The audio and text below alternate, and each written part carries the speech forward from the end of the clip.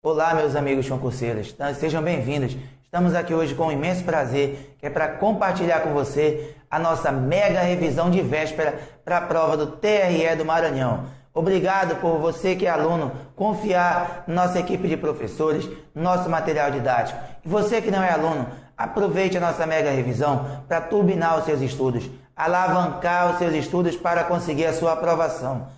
O curso da Loja do Concurseiro é o curso online que mais cresce no Brasil.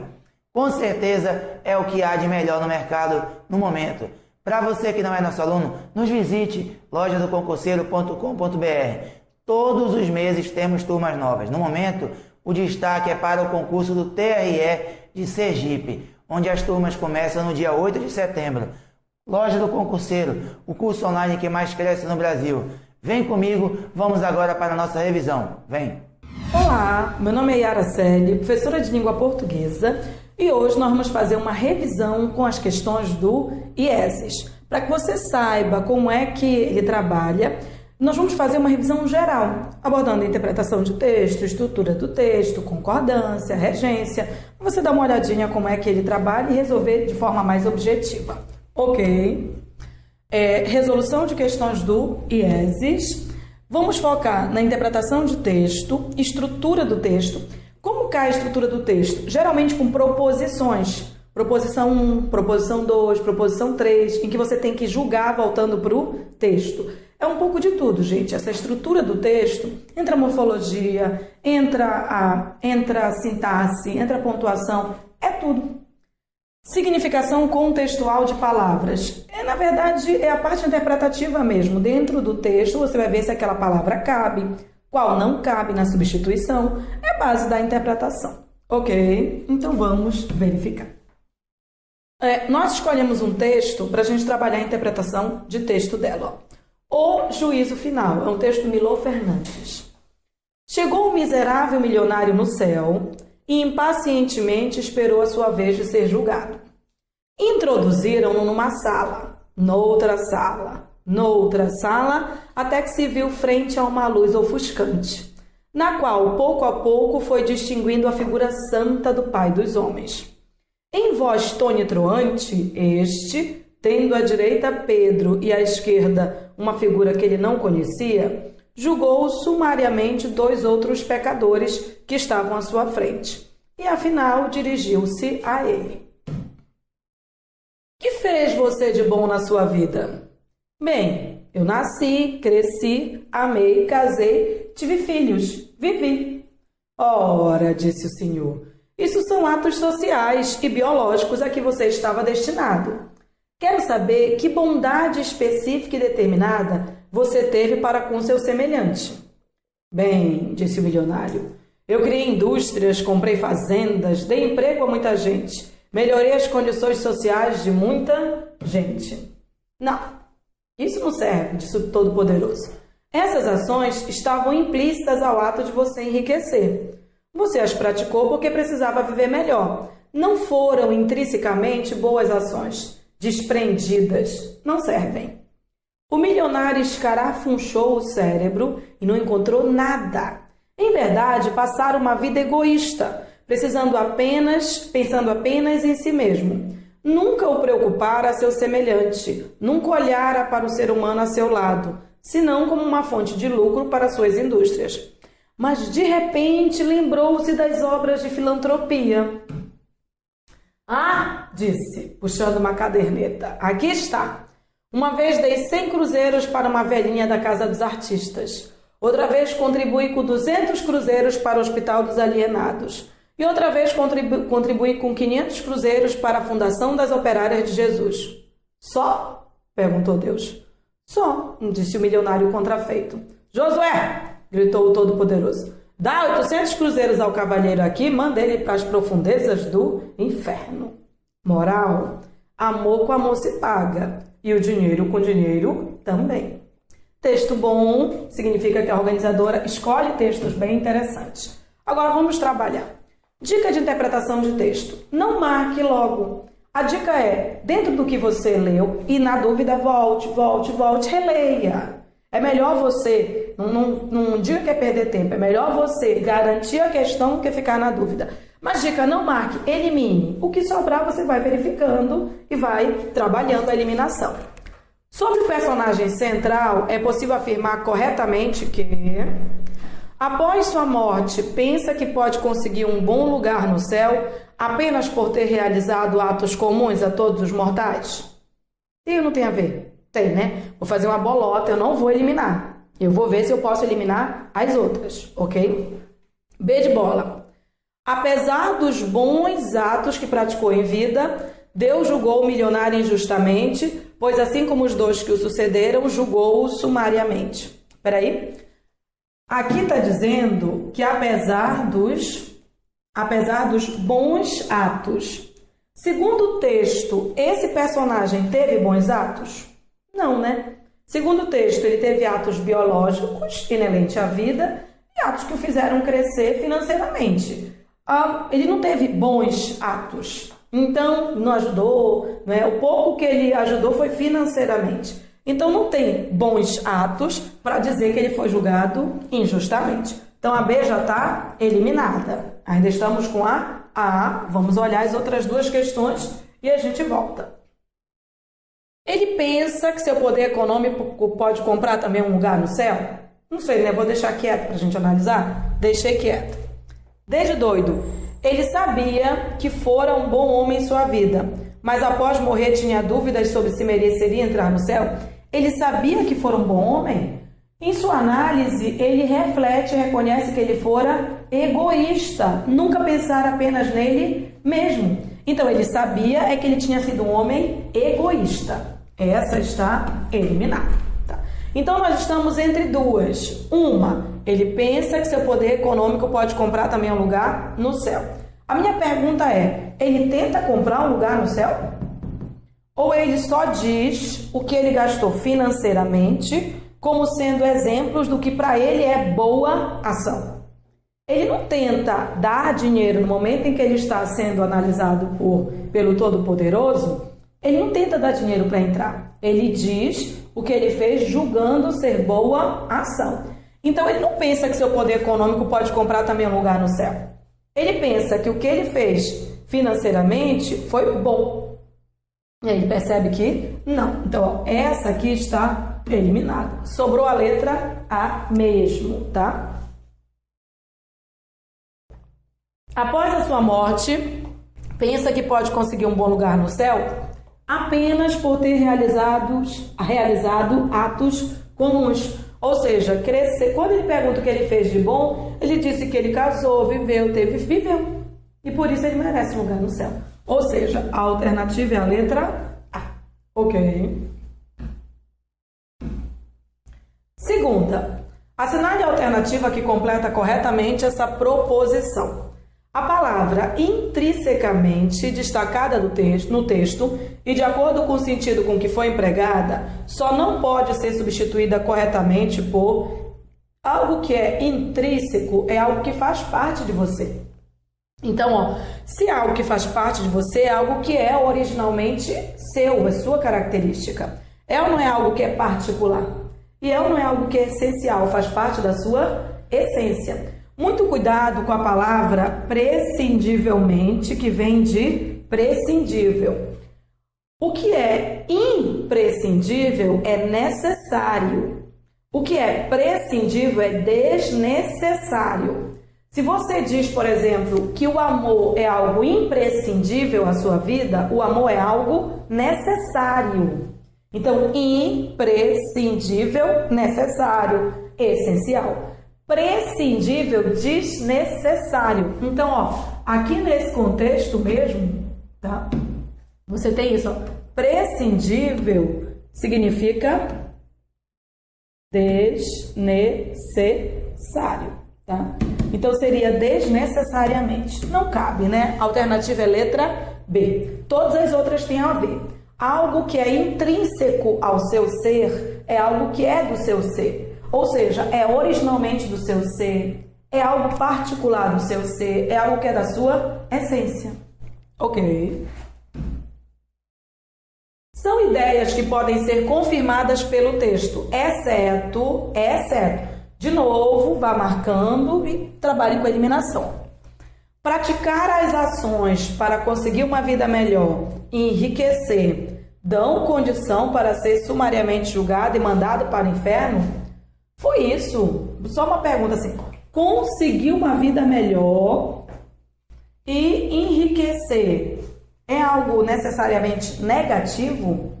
O que me parece que foi negativo dele, do personagem principal, foi ele ser egoísta.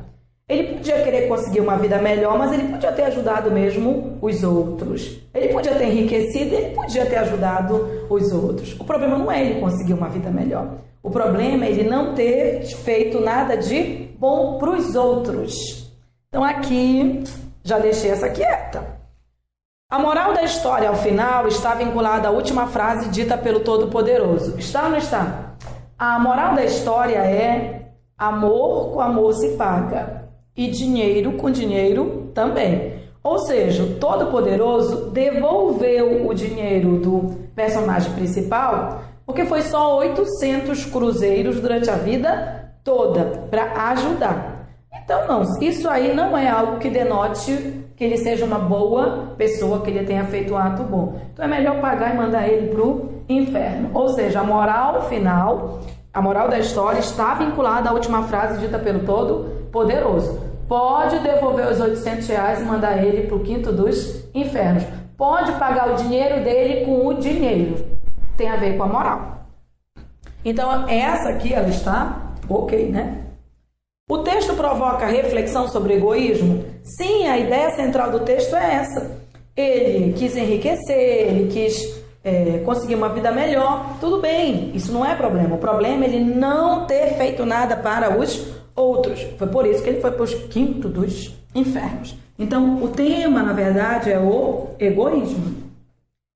O Todo-Poderoso manda devolver o dinheiro ao milionário, exatamente o valor gasto por ele em vida. Exatamente, né? Ele deu 100, deu 200, depois deu 500, 800 devolvido para ele. De modo a ressarci-lo, já que o que gastou não foi considerado no céu. Não foi considerado uma boa ação. Então, foi devolvido para ele. Na verdade, o que eu não posso confirmar no texto é que simplesmente praticar ações para conseguir uma vida melhor e enriquecer dão condição para ser sumariamente julgado e mandado para o inferno. Ele não foi mandado para o inferno porque ele tinha uma vida melhor e porque ele enriqueceu. Ele foi mandado para o inferno porque ele foi egoísta. Ele não pensou nos outros. O que é que ele fez de bom para os outros? Nada. Então, não foi o que ele fez de bom para ele que o mandou para o inferno. É o que ele deixou de fazer para o outro. Então, se for isso, não é simplesmente praticar ações para conseguir uma vida melhor ou enriquecer que vão mandar alguém para o inferno. A errada, não pode ser confirmada pelo texto, é a letra A. Sobre os recursos de construção do texto. O teu conteúdo programático, ele pede isso, a estrutura do texto. É assim que ela trabalha. Item 1, item 2, né? Os tópicos que você vai julgar pelo que foi dito no texto. Sobre os recursos de construção do texto, leia com atenção as assertivas a seguir e, em seguida, assinale a alternativa que contenha a análise correta dessas assertivas, tá? Há no texto emprego de maiúscula com função de particularização de um ser. Você não lembra? A gente volta, não tem problema nenhum. O que nós vamos procurar? Maiúscula com intenção de particularização de um ser, tá? Então, vamos lá. O juízo final. Chegou um miserável milionário no céu e impacientemente esperou a sua vez de ser julgado. Induziram-no numa sala, noutra sala, até que se viu frente a uma luz ofuscante, na qual, pouco a pouco, foi distinguindo a figura santa do Pai dos Homens. Com maiúscula. O Pai dos Homens aqui é ou não é? Deus. É o uso de maiúscula particularizando um ser. Em voz tonitruante, este, tendo à direita Pedro e à esquerda uma figura que ele não conhecia, julgou sumariamente outros dois pecadores que estavam à sua frente e, afinal, dirigiu-se a ele. O que fez você de bom nessa vida? Bom, eu nasci, cresci, amei, casei, tive filhos, vivi. Ora, disse o Senhor, maiúscula, referindo-se a Deus. Isso são atos sociais e biológicos a que você estava destinado. Quero saber que bondade específica e determinada você teve com o seu semelhante. Bem, disse o milionário, eu criei indústrias, comprei fazendas, dei emprego a muita gente, melhorei as condições sociais de muita gente. Não, isso não serve, disse o Todo-Poderoso. Maiúscula, indicando a particularização de um ser, Deus. Essas ações estavam implícitas ao ato de você enriquecer. Você as praticou porque precisava viver melhor. Entendam, o fato dele enriquecer não é um pecado, tá? Só que não foram boas ações, desprendidas, não servem. Não te mandam para o inferno, mas não serve para você subir para o céu. Você vai ter que dizer o que você fez de bom, tá? O milionário escarafunchou o cérebro, não encontrou nada. Em verdade, passaram uma vida egoísta, só para lembrar outra questão, pensando apenas em si mesmo. Nunca o preocupara a seu semelhante, nunca olhara para o ser humano ao seu lado, senão como uma fonte de lucro para suas indústrias. Mas de repente lembrou-se das obras de filantropia. Ah, disse puxando uma caderneta, aqui está. Uma vez dei 100 cruzeiros para uma velhinha da Casa dos Artistas. Outra vez contribuí com 200 cruzeiros para o Hospital dos Alienados. E outra vez contribuí com 500 cruzeiros para a Fundação das Operárias de Jesus. Só? Perguntou Deus, maiúscula, particularizando o C. Só, disse um milionário contrafeito. Josué, gritou o Todo-Poderoso. Todo-Poderoso com maiúscula, particularizando um C. Dá 800 cruzeiros ao cavalheiro aqui e manda ele para as profundezas do inferno. Voltando para lá,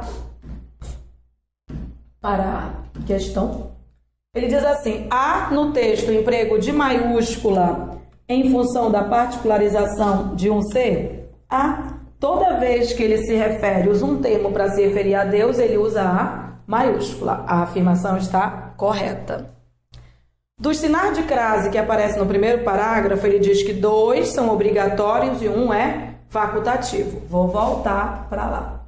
Ele diz que 2 são obrigatórios e 1 facultativo. 2 obrigatórios e 1 facultativo. Vamos ver.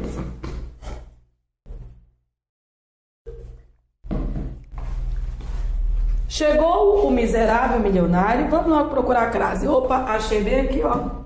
À direita, à esquerda e à sua frente. Vamos analisar. Em voz tonitruante, este tendo à direita dá a ideia de lugar. Então, à direita é uma locução adverbial. Direita é ou não é palavra feminina? Pois locução adverbial feminina tem crase obrigatória. Então, ó, com crase obrigatória. Quando ele diz à esquerda, é o mesmo tipo de locução. E direita e esquerda são locuções femininas. Então, assim, locução feminina com crase obrigatória. Quando ele diz à sua frente, embora também seja uma locução feminina, está diante de um pronome possessivo. Quando você tem pronome possessivo, a crase é facultativa. Então, a primeira e a segunda tem crase obrigatória e a terceira tem crase facultativa, porque a crase está diante de pronome possessivo. Ok? Então, lá, o que ele afirmou é que a primeira e a segunda, duas tinham crase obrigatória e uma tinha crase facultativa. Então, olha o que eu tenho aqui. Primeiro, maiúsculas na particularização de um ser, certo? Segundo, dos sinais de crase que aparecem no primeiro parágrafo, 2 tem emprego obrigatório e 1 facultativo, certo? Então, o primeiro e o segundo estão certos. Vamos ver o terceiro.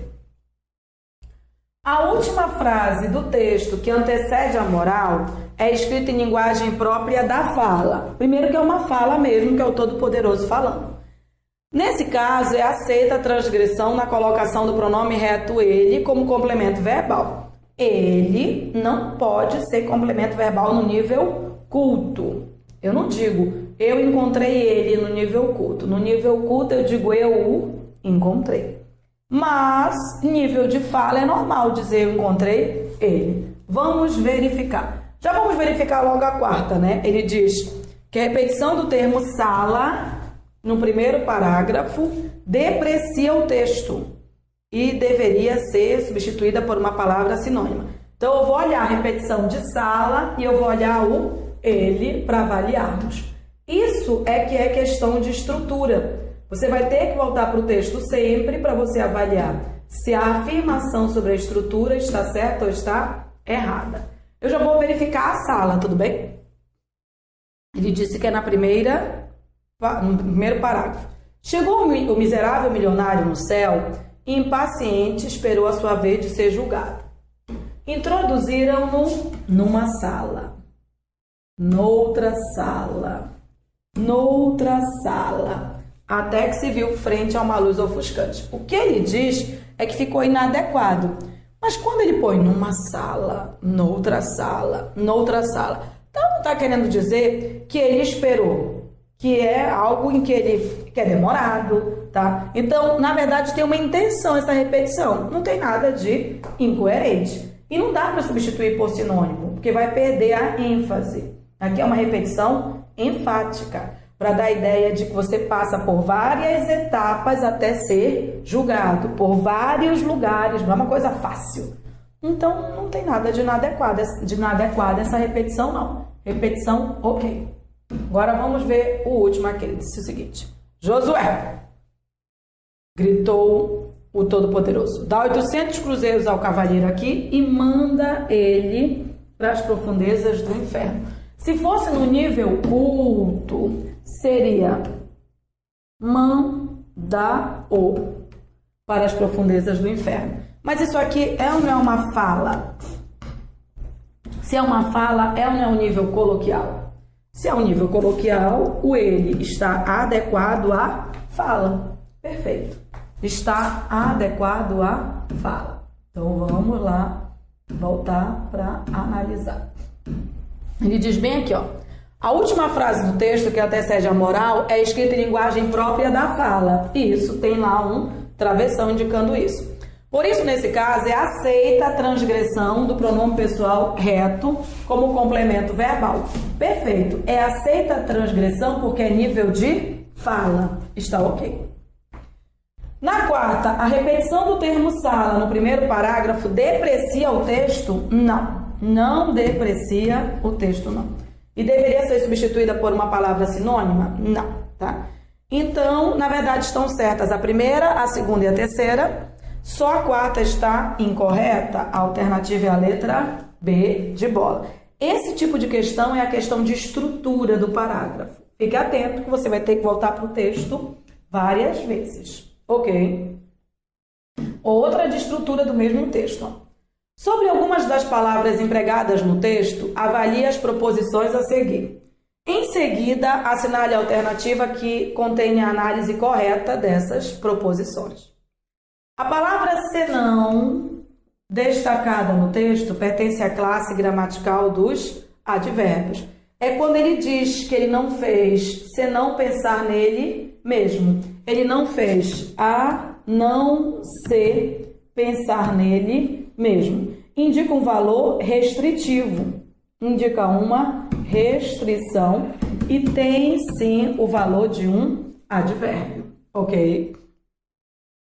A palavra só, empregada nas falas finais do texto, pertence ambas as ocorrências à classe dos advérbios. Vai pertencer à classe dos advérbios se for igual a somente.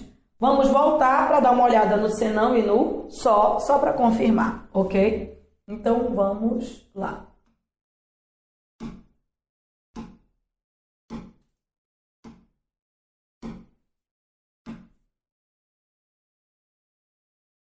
Cadê o senão? Senão aqui, ó. Ele diz assim: nunca o preocupar a seu semelhante, nunca olhar para o ser humano a seu lado, senão a não ser, ó, como uma fonte de lucro. Está introduzindo uma restrição, tem valor adverbial, sim. Aí ele perguntou do só, né? O só nas falas finais, ele diz o seguinte: Ele disse que deu 100 para as velhinhas, 200 para o hospital e 500 para a Fundação das Operárias de Jesus. Só? Perguntou Deus. Esse só é ou não é igual a somente isso? Sim ou não? É igual a somente. Esse só vai ser adjetivo se acompanhar um substantivo, tá? Por exemplo, ela foi sozinha. Aí, só, disse o milionário contrafeito. O mesmo só, somente isso. Então, ele tem valor, sim, de advérbio. Igual a somente. Igual a somente. Igual a somente. Então, a palavra senão pertence à classe dos advérbios? Sim. Nesse contexto, é igual a não ser e indica uma restrição.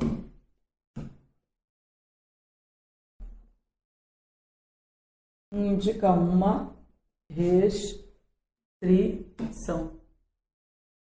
Indica uma restrição.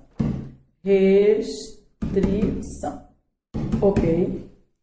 A palavra só empregada nas falas finais do texto pertence ambas as ocorrências à classe dos advérbios? Sim, porque nos contextos a gente pode ler somente isso.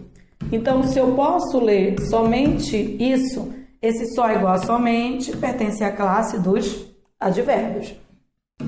Primeira e segunda estão certas. Ok. A palavra ora, destacada no texto, pertence à classe gramatical dos substantivos. Não. Lá no texto ele diz ora, só isso. Esse ora com H seria substantivo. Esse ora é uma interjeição. Quando você diz ora, não faça isso. Interjeição. A terceira está errada. Eu já sei que a terceira está errada, que a primeira e a segunda estão corretas. Acho até que eu já sei qual é a alternativa. Mas ó, há no texto verbos conjugados nas três formas de pretérito do modo indicativo. O IESES, em particular, gosta de tempo verbal. Eu sugiro que você relembre isso aqui, tá? Você tem o pretérito perfeito. O pretérito perfeito, você tem, por exemplo, foi, é um exemplo do pretérito perfeito. E você tem as terminações do verbo cantar, ele cantou. Do verbo beber, ele bebeu. Do verbo partir, ele partiu. Essa terminação, u. Existe o pretérito imperfeito, que é o pretérito contínuo. Do verbo ser é o era, tá? Dos verbos regulares é o vá e o ia. Indicação contínua. Ele era egoísta, contínua. Ele praticava, ele bebia, é ação contínua. Tudo pretérito imperfeito. E existe o pretérito mais que perfeito, que é terminado em irá. É terminado em irá, é terminado em irá. Ele bebera, ele analisara, ele partira. São os três tempos pretéritos. E o IESES gosta. Eu vou voltar para a gente ver, tá? Porque o IESES gosta. Tudo bem? Daí o que nós vimos que está inadequado é dizer que o ora é substantivo, quando o ora é interjeição. Então vamos lá. Chegou, ó, chegou é pretérito perfeito, tá? É pretérito perfeito. Chegou o milionário, esperou, continua sendo pretérito perfeito. Introduziram-no, continua sendo pretérito perfeito. Até que se viu, ele se viu, pretérito perfeito. Foi distinguindo, pretérito perfeito. Tendo a direita que ele não conhecia, já é pretérito imperfeito. Esse ia já mudou de tempo. Julgou, volta para o pretérito perfeito. Que estavam, eles estavam, é pretérito perfeito. Dirigiu-se a ele. Ótimo. Eu tenho dois tempos passados, o perfeito e o imperfeito aqui. O que fez é pretérito perfeito. Eu nasci, cresci, amei, casei, tive filhos, vivi. Tudo pretérito perfeito. Você estava destinado perfeito. Quero saber que bondade você teve perfeito. Bem, disse o milionário, perfeito. Eu criei perfeito. Comprei, dei, melhorei. Tudo perfeito nesse lado. Temos, por enquanto, perfeito e imperfeito. Isso não serve. Essas ações estavam implícitas, perfeito, no ato de você enriquecer. Você as praticou, perfeito, porque precisava. Se fosse precisou, seria perfeito. Aqui já é imperfeito. Não foram, perfeito. O milionário escarafunchou, perfeito. Não encontrou, perfeito. Em verdade, passara. Opa. Passara é pretérito mais que perfeito. Aqui eu tenho 3 tempos. Quando eu digo encontrou,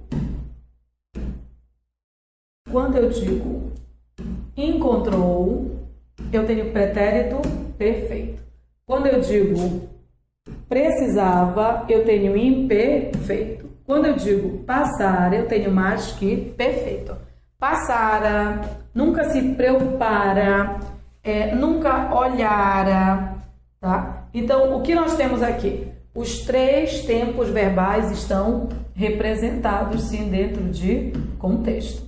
Então, lá na 5ª questão, a primeira e a segunda e a 4ª estão certas. Só está errada a terceira, porque a terceira diz que ora é substantivo quando é uma interjeição.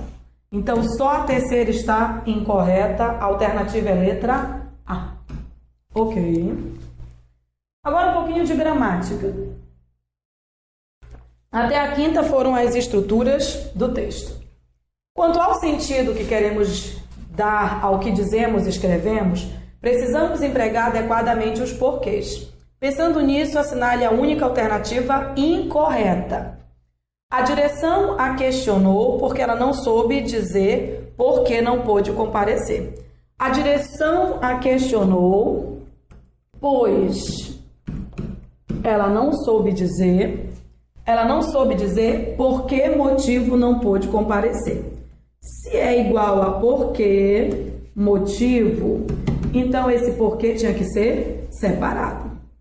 Se tinha que ser separado, a alternativa já é a letra A. Vamos só confirmar as outras. Por que vale a pena investir no Brasil? Continuamos a nossa luta. Leia inversamente. Nós continuamos a nossa luta, pois vale a pena investir no Brasil. Perfeito. O porquê não está precedido de artigo? Então, esse porquê é junto e com acento. O porquê do cancelamento foi questionado por muitos, pois não havia clareza. Porquê igual a pois, junto. Ensinei-lhe o caminho porque vim.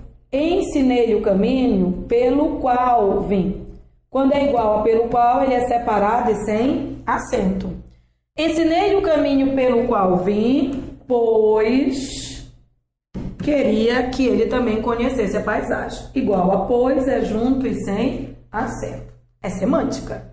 A errada era a letra A, porque tinha um porquê igual a porquê motivo. Nesse caso é separado. 7ª, de acordo com as regras de concordância verbal. Concordância verbal, verbo e sujeito. Assinale a incorreta. Falta aos profissionais da área a clareza dos objetivos da medida. A pergunta é: o que falta aos profissionais da área? A clareza. Clareza está no singular, verbo no singular. Nenhum problema. Ele quer a incorreta.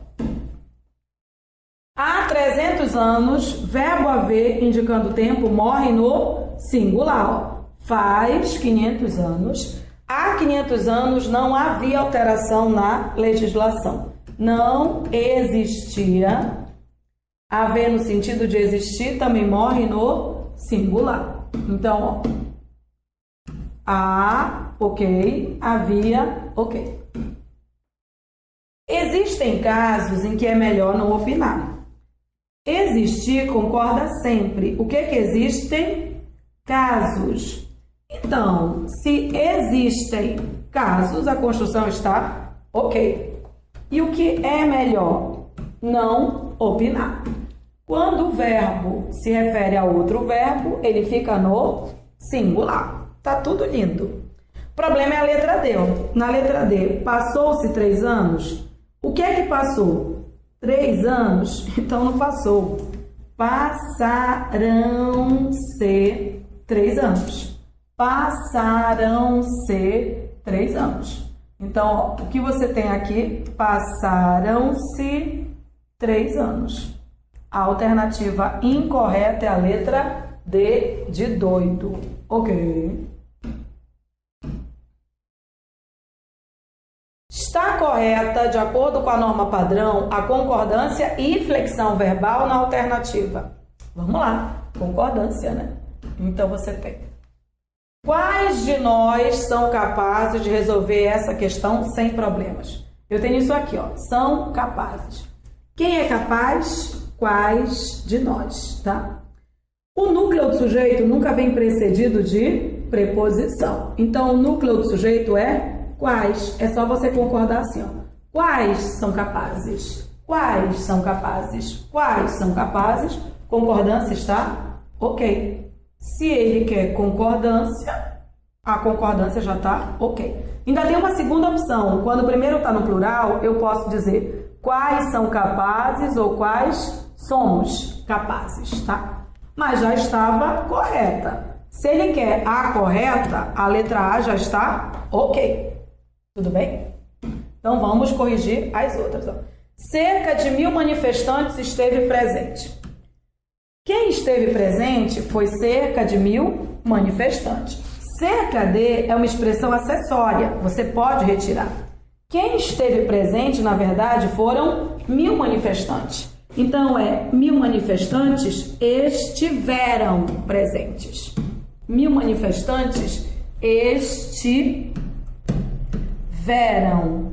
presentes, tá?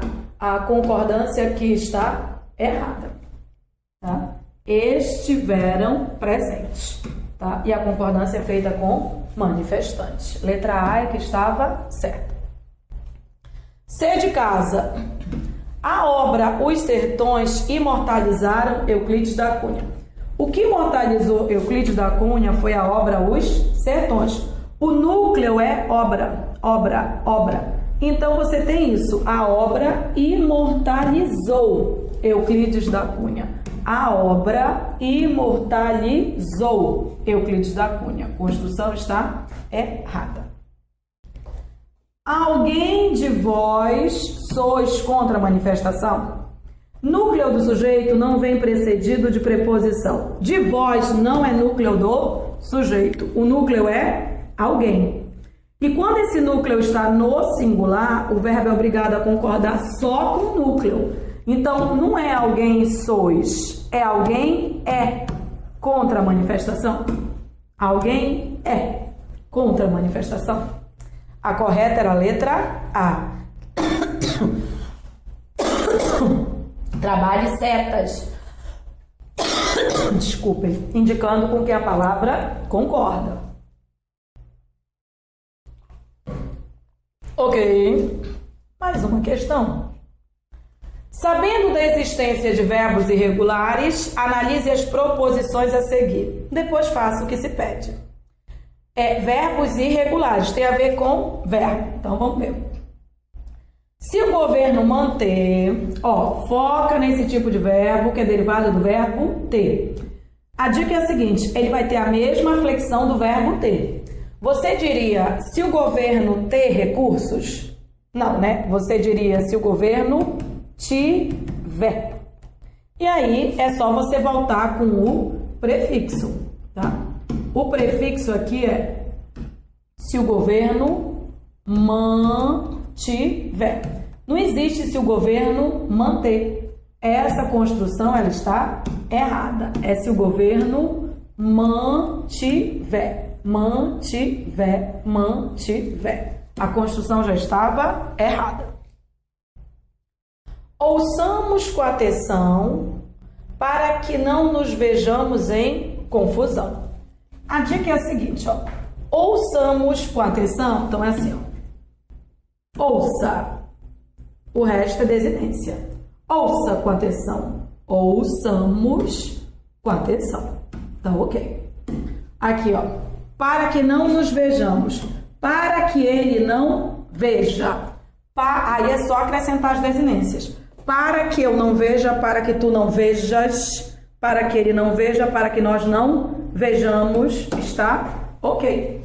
É só ir mudando a desinência. Se sou eu, para que eu não veja. Tu, para que tu não vejas. Nós, para que nós não vejamos. Não tem problema. A segunda está ok. Segunda está ok.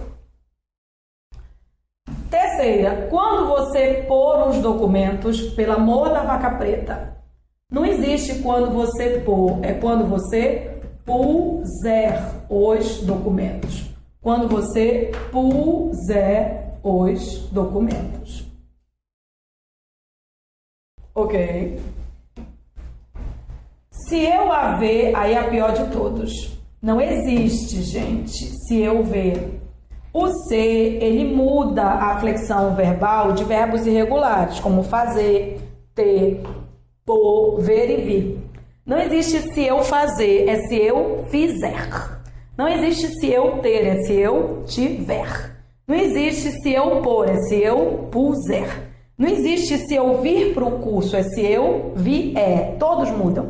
Então, não existe se eu ver novela, é se eu vir novela. Não existe se eu a ver, é se eu a vir. É se eu a vir, é se eu a vir. Todas estão incorretas, a não ser a segunda, que a segunda está ok. Então, todas incorretas menos a segunda. São 3 incorretas. Bora ver. Há erro em 2? Não. Há erro em 3? Sim. Há erro em 3, há apenas uma correta. Alternativa a letra B de bola. E isso é flexão verbal.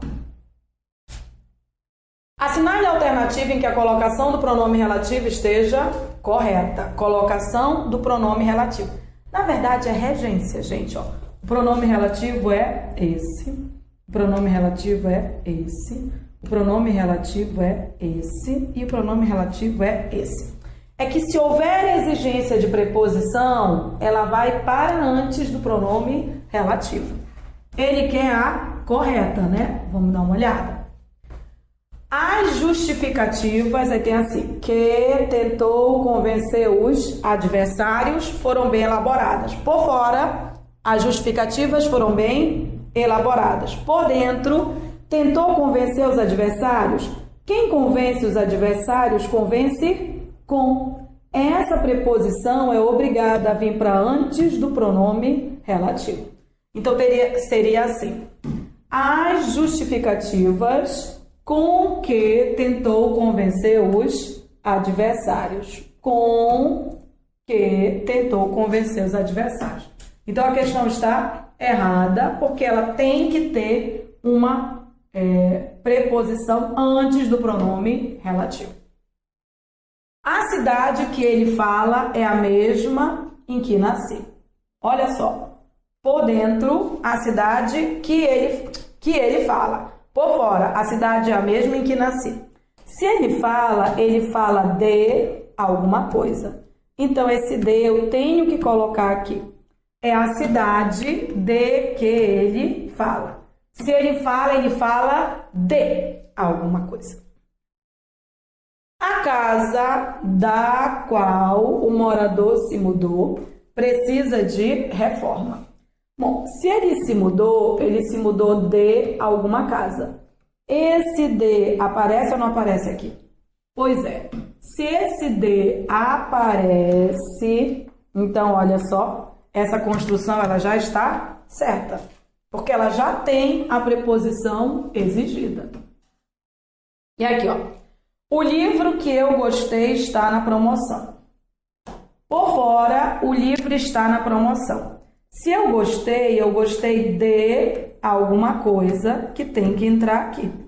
Eu tenho que dizer o livro de que gostei está na promoção. A correta era a letra C de casa. Ok. Mais uma questão, a gente vê só mais uma para você ter uma visão geral, tá? Assinale a alternativa em que o emprego da crase é obrigatório. Então, vamos trabalhar. Uma dica, ela gosta muito da palavra aquele, aquela, aqueles, aquelas. Fique de olho. Aquelas que merecem a nossa gratidão, dirigimos a nossa homenagem e consideração. Leia na ordem direta. Nós dirigimos a nossa homenagem. Se nós dirigimos a nossa homenagem, nós dirigimos a alguém. E nós dirigimos a nossa homenagem a quem? A aquelas. A aquelas. A aquelas. Se eu vou acrescentar um A diante de aquelas, vai ter que ter crase, ó. A aquelas que merecem a nossa gratidão, dirigimos a nossa homenagem. Na ordem, dirigimos a nossa homenagem a aquelas que merecem nossa gratidão. A alternativa com crase obrigatória já é a letra A. Obrigatória. Agora, veja bem. Dirigiu-se até a biblioteca. Depois de até, eu posso ter crase facultativa. Então, ó, eu posso ter crase, mas ela vai ser facultativa. Ele queria saber qual seria obrigatória. Fez alusão apenas a quem perdeu. Esse A diante de quem tem crase proibida. Aí não é nem facultativa, nem obrigatória. Ela é proibida. E aí eu tenho, ó, tá, mas ele diz assim, perdeu a data de emprega e não a sua condição. Aqui é tudo objeto direto. Então, ele perdeu. Ele perdeu a data de entrega e ele não perdeu a sua condição. Continua sendo proibida, porque a data é objeto direto, proibida. A sua condição é objeto direto, proibida. Todo mundo aqui é proibida, tá? Bem aqui, a data é objeto direto, também é proibida, ok? Objeto direto tem crase proibida. Estava a ler a reportagem, tá? Aqui são duas proibidas, ó. Esse A está diante de verbo, proibida. E esse A reportagem é objeto direto, proibida. Ele se referia a Juliana. A Juliana está diante de nome de pessoa. Aqui ela é facultativa. Pois é, mas só é obrigatória, tá? Só é obrigatória na letra A. Em todas as outras, ou é facultativa ou é proibida. Ok? E aí, para nós fecharmos, vimos questões de interpretação, de concordância, um pouquinho de cada, para que você tenha uma visão geral. Nós temos aqui uma questão de colocação pronominal. Ela gosta muito de colocação pronominal. Então, a probabilidade de cair é bem grande, né? Vamos lá, ela quer aquela que está de acordo com a norma padrão. Faria-lhe o favor, pelo amor da vaca preta. Faria-lhe. Primeira coisa que você vê, verbo. Vem alguma coisa antes? Então, não posso colocar antes. Segunda coisa, tempo do verbo. Esse verbo está ou não está no futuro? Futuro do pretérito. Futuro. O que deve ocorrer é a mesóclise. Ou seja, a construção está errada. O correto é far-lhe-ia. Far-lhe-ia, far-lhe-ia. Far-lhe-ia o favor desde que se desculpasse. A outra tá ok, ó. Quer ver? Olha só aqui. O verbo é desculpar-se. O pronome vem antes. E antes você tem uma conjunção funcionando como partícula atrativa. Tá? Ok. Ok. A primeira que estava errada. Segunda aqui. Demonstrou-lhes o produto. Bom, começa com verbo. Não está no futuro, o pronome fica depois. Está ok. Então, ó, começou com verbo e o pronome fica depois, está ok. Demonstrou-lhes o produto. Qual é o problema? O problema é que ela diz bem aqui, lhes perguntou, está iniciando a oração. Qual é o problema? Não posso iniciar. Deveria ser perguntou-lhes. Ok? E aí, ó, não pode iniciar. Então, se não pode iniciar, o pronome vai ter que ficar depois. Então, a primeira está errada, porque tem uma... A primeira está errada, porque aqui, como é futuro, deveria ser mesóclise, falheia. A segunda está errada, porque o pronome não pode iniciar. Então, vamos ver a terceira. Dir-te-ia. Dica, quando o pronome estiver no meio, não lê por fora. Ó. Diria, diria, diria, diria. Diria é futuro. Se é futuro, tem que ser mesóclise. Se é mesóclise, está certo. Dir-te-ia toda a verdade, mas hoje me arrependeria. O verbo é arrependeria, o pronome está antes, e antes você tem um advérbio funcionando como partícula atrativa. Ou seja, está ok. Ou seja, está ok. Terceira está certa. Tá? Terceira está certa. Aí aqui embaixo você tem alguém falou-lhe sobre o projeto. O verbo é falou. O pronome está depois, mas eu vou verificar o que vem antes. Alguém é pronome indefinido. Como pronome indefinido, ele obriga o pronome a ficar antes. Então, o correto é alguém lhe falou. O correto é alguém lhe falou. Então, todas estão erradas, menos a terceira. Só a terceira está certa. Vamos ver. Há erro em duas proposições? Não. Há erro em três proposições? Sim, só uma está certa. Alternativa a letra B de bola. Ok. O que a gente quis com essa revisão mostrar são as questões mais comuns do IESES. Reparou que ele tem um hábito também de usar só 4 alternativas? Gosta muito de flexão verbal, reveja a questão dos tempos verbais. A interpretação de texto dele é relativamente boa, a concordância é básica. Faça com calma. Talvez você ainda possa rever um pouquinho de tempo verbal, só para você não vacilar. Mas é uma prova, ou são questões de uma organizadora, são questões relativamente boas. É para você perceber, se você trabalhar a gramática e olhar direitinho, não tem por que errar. Ok? Espero que a gente tenha ajudado com essas dicas aqui. Ok? Até a próxima.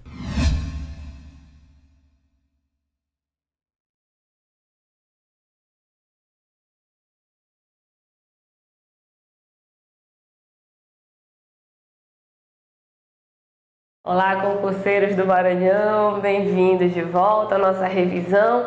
E hoje a gente vai revisar a parte da 8.112, o teu regime jurídico dos servidores públicos, tá legal? Vamos lá, eu separei umas questõezinhas pra gente de IESES. E a primeira questão logo te pergunta, considerando a Lei 8.112, tu encontres aqui a assertiva incorreta. Bom, na letra A, ele diz, prevê que aproveitamento é forma de provimento de cargo público. Beleza, aproveitamento. Esse daqui tu vais encontrar lá no artigo 8º da tua 8.112, onde a gente diz todas as formas de provimento. Lembrando só que dentro das formas de provimento, tu tens aqui a nomeação sendo a primeira, e ela é, além da primeira, a única forma de provimento originário. Todo o resto é forma de provimento derivado, inclusive o aproveitamento. Na letra B, ele diz para ti, suas disposições são aplicáveis ao pessoal das autarquias em regime especial empresas públicas e fundações públicas federais. Opa, vamos por parte, né? Autarquias, administração indireta de direito público. Ok, são estatutários. Autarquias em regime especial, forma de autarquia, também conhecido como agência reguladora, administração indireta, direito público, então estatutários também. Empresas públicas não está neste rol aqui do regime jurídico, porque empresas públicas, mesmo fazendo parte de administração pública, sendo administração indireta, são regidas pelo direito privado. Portanto, elas são regidas pela CLT, Consolidação das Leis Trabalhistas, também conhecidos aqui seus funcionários ou servidores como seletistas. Eles não são estatutários, então a gente encontrou a resposta incorreta já na letra B. E as fundações públicas, ok, tranquilo, elas são de direito público e são, portanto, estatutárias. Na letra C, ele diz que prevê que poderão ser pagas ao servidor vantagens denominadas de gratificações, indenizações e adicionais, sendo que gratificações e adicionais incorporam-se ao vencimento ou provento, nos casos e condições indicados em lei, enquanto as indenizações não se incorporam ao vencimento ou provento para qualquer efeito. Beleza, perfeita a letra C. Só para te lembrar, quando a gente pensa aqui em vencimento ou provento, vencimento eu estou falando do servidor em atividade, provento eu estou falando dele na inatividade. Quando eu tenho vencimento acrescido, ou seja, adicionando aí as gratificações e os adicionais, eu estou falando em remuneração. Lembrando que as indenizações, como ele trata aqui, não se incorporam ao vencimento ou provento para qualquer efeito. As indenizações, elas são de caráter eventual, é por isso que elas não fazem parte, tá certo? E que condições, que casos e condições são essas indicados em lei? Quando a lei diz que é uma gratificação ou é um adicional, mas de caráter permanente. É assim que a gente vai entender uma gratificação adicional que se incorpora aos vencimentos ou proventos. Estipula na letra D que vencimento é a retribuição pecuniária pelo exercício de cargo público com valor fixado em lei, enquanto remuneração é o vencimento do cargo efetivo acrescido das vantagens pecuniárias permanentes estabelecidas em lei. Beleza, aqui nós temos duas informações e as duas estão corretas. Primeiro, vencimento é vantagens pecuniárias permanentes, que podem ser as gratificações e os adicionais, os que forem de caráter permanente, nunca as indenizações. E o vencimento é um valor fixado em lei, certo? Não podemos também confundir vencimento com salário mínimo, não é a mesma coisa, tá bom? Além de não ser a mesma coisa, não pode o vencimento estar atrelado ao salário mínimo, porque senão, toda vez que o salário mínimo aumentasse, o vencimento teria que automaticamente aumentar. E isso não acontece, nem pode acontecer. Quem diz isso pra gente é a Constituição. Na letra E, ele diz que determina que o servidor deva ter exercício em outro município, em razão de ter sido redistribuído, terá no mínimo 10 e no máximo 30 dias de prazo, contados da publicação do ato, para a retomada do efetivo desempenho das atribuições do cargo, incluído nesse prazo o tempo necessário para o deslocamento para a nova sede. Perfeito, certíssimo. Tanto a redistribuição, quanto a remoção, quanto quem vai ser cedido, tá? Remoção, cessão de servidor, tudo isso aqui vai gerar a publicação de um ato de redistribuição, ato de remoção, e a partir deste ato, a administração vai dar 10 ou no máximo 30 dias para que esse servidor volte, retome o efetivo desempenho das suas atribuições já lá na nova sede para o qual foi deslocado. tá certo? Então a letra E está correta na primeira questão. Então gabarito letra D, ok? Olha essa outra questãozinha aqui. Considerando a 8.112, que trata do regime jurídico, de novo, ele quer que tu encontres a incorreta. É possível a remoção em virtude de processo seletivo nos termos legalmente previstos? O que tu acha? É possível remoção com processo seletivo?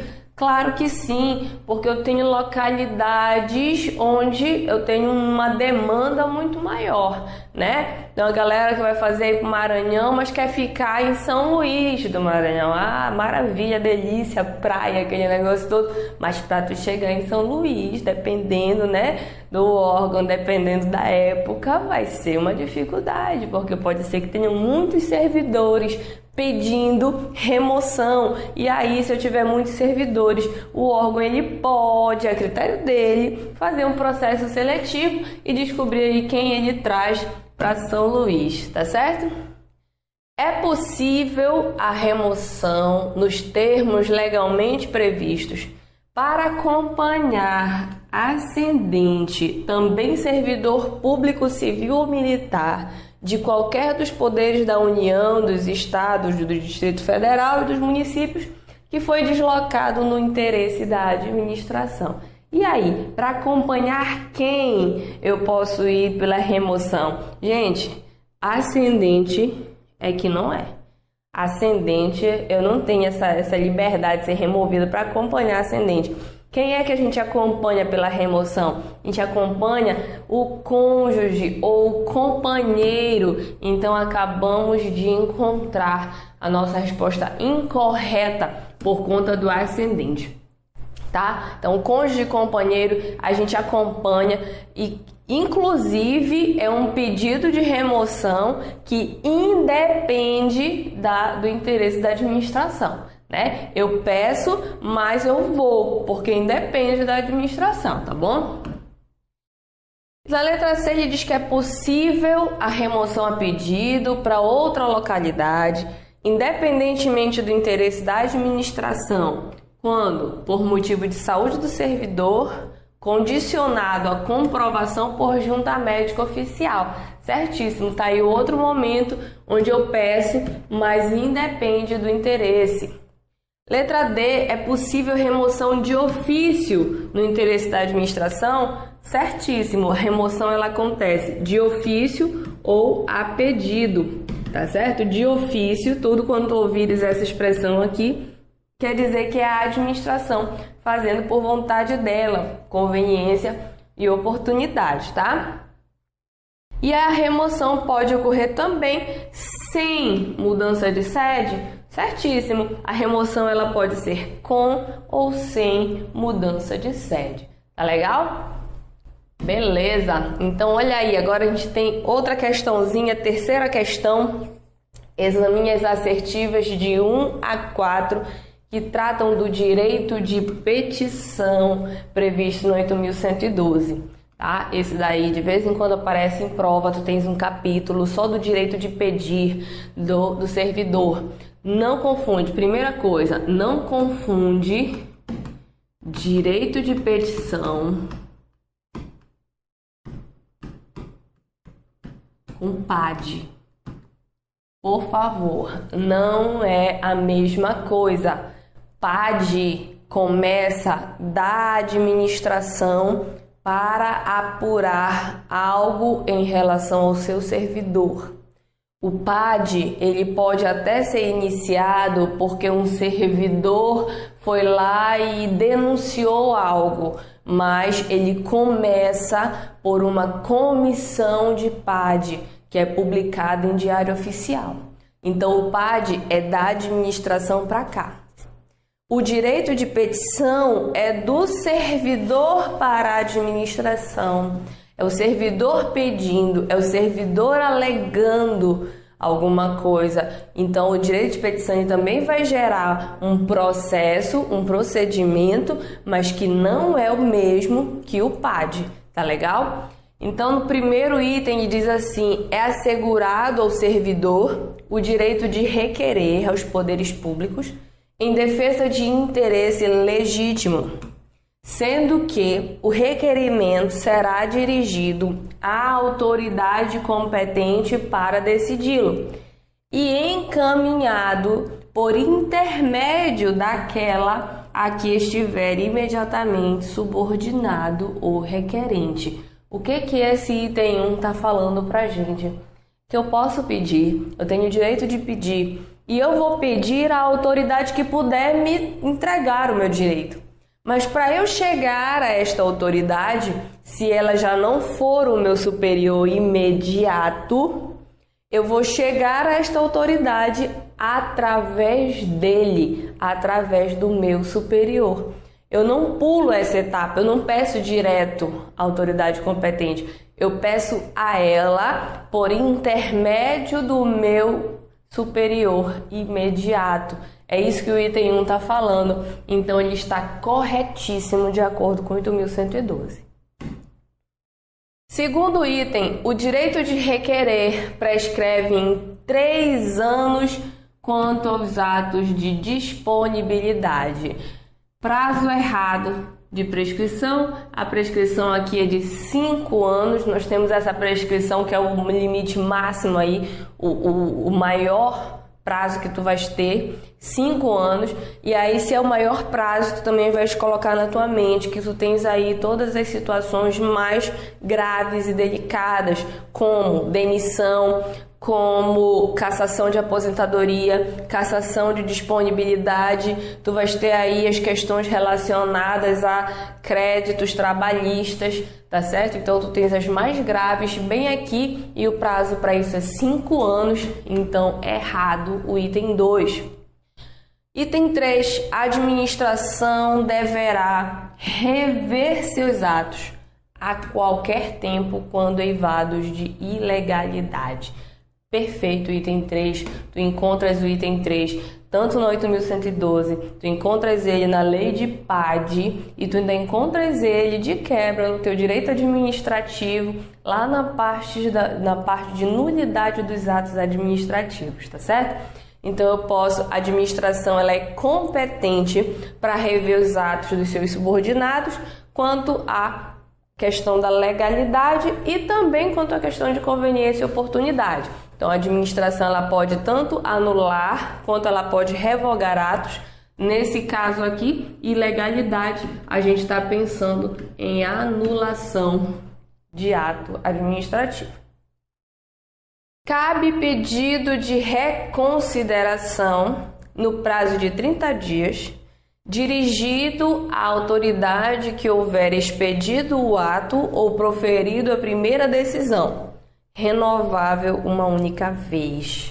Bom, gente, até aqui esse item estava certinho, é 30 dias, é para a autoridade que deu a primeira decisão, mas a reconsideração, ela não é renovável. Nenhuma vezinha. Tu só pede uma vez e tu só renova esse pedido uma vez.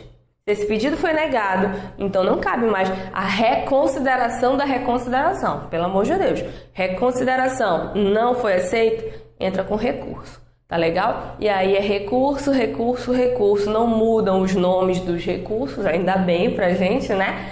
Mas ao indeferimento do recurso, eu tenho um novo recurso. Até quando? Até quando eu esgotar todas as esferas administrativas possíveis. Bem, aí termina o meu direito de pedir, tá certo? Beleza. Então, nós temos aqui, assinale a resposta correta, nós temos a 1 e a 3 como verdadeiras na letra A, tá bom?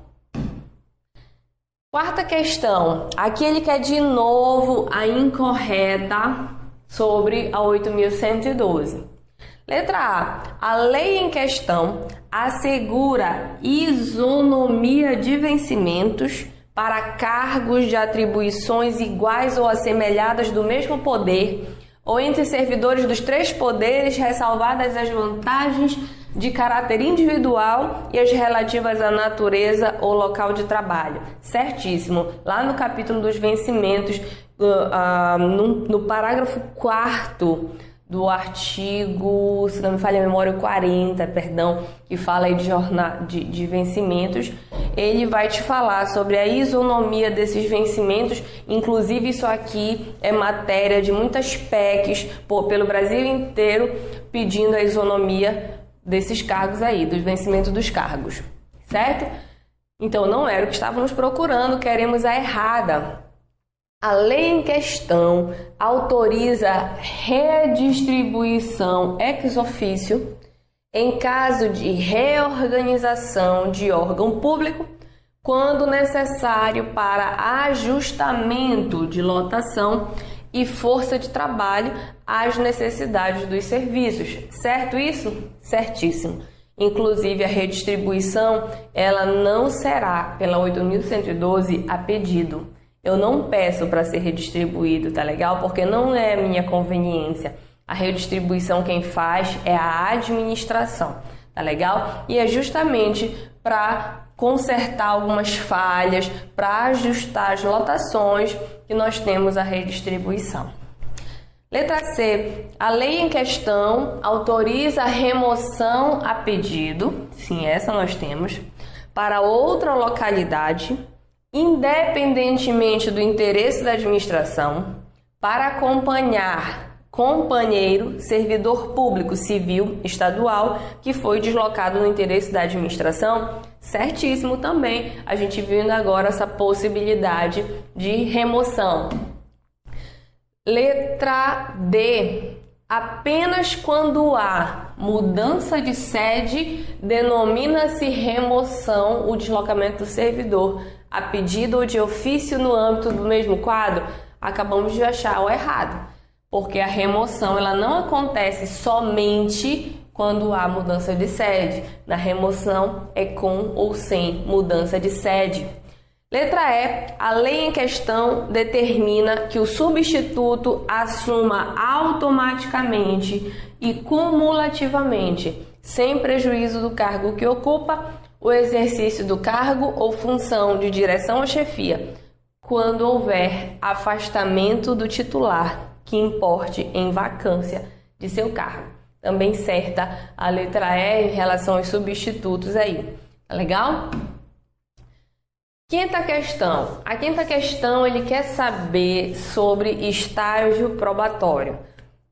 Gente, ao entrar em exercício, o servidor nomeado para cargo de provimento efetivo ficará sujeito ao estágio probatório, durante o qual a sua aptidão e capacidade serão objeto de avaliação para desempenho do cargo, observados os seguintes fatores, exceto de todas essas aqui, capacidade de iniciativa, responsabilidade, sociabilidade e produtividade, a única que tu não vais encontrar como critério de avaliação é a sociabilidade, tá legal? Só para te lembrar aqui em relação ao estágio probatório, e o estágio probatório ele é de 3 anos, tá legal? Tanto o estágio probatório quanto a estabilidade. Isso daí já é entendimento pacificado do STF, tá legal?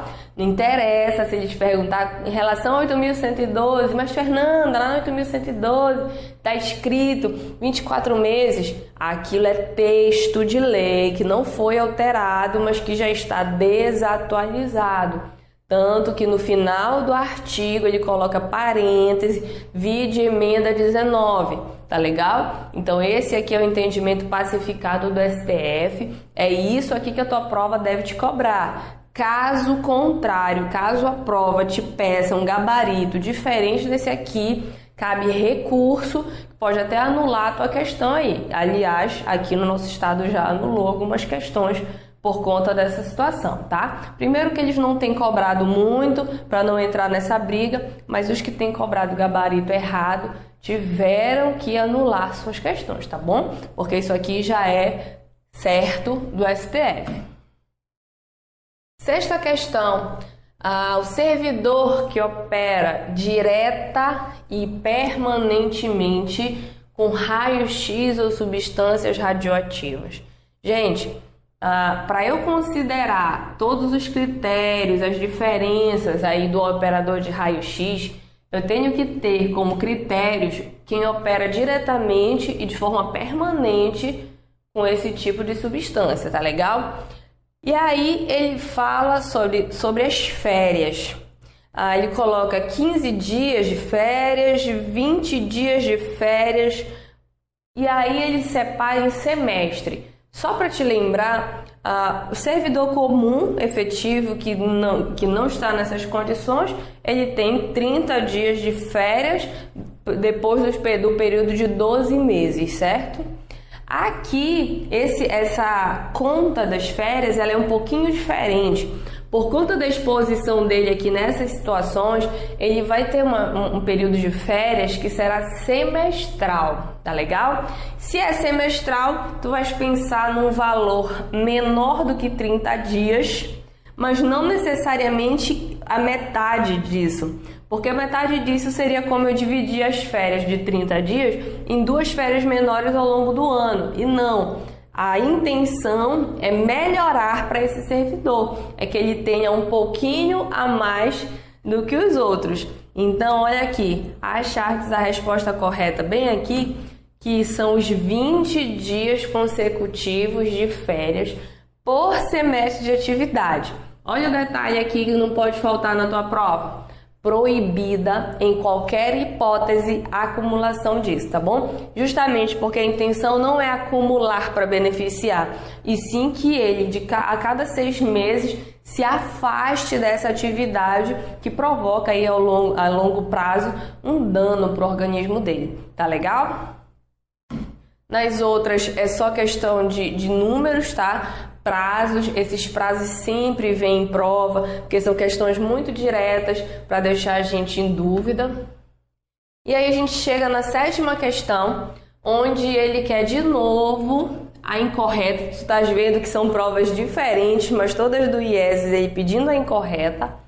E ele fala assim: sem qualquer prejuízo, poderá o servidor ausentar-se do serviço. Então estamos lá no capítulo lá das ausências, das concessões, ou seja, quando é que eu vou ter um período de afastamento, mas que irá contar tanto para fins de remuneração quanto para fins de tempo de efetivo exercício. Então essas são as concessões.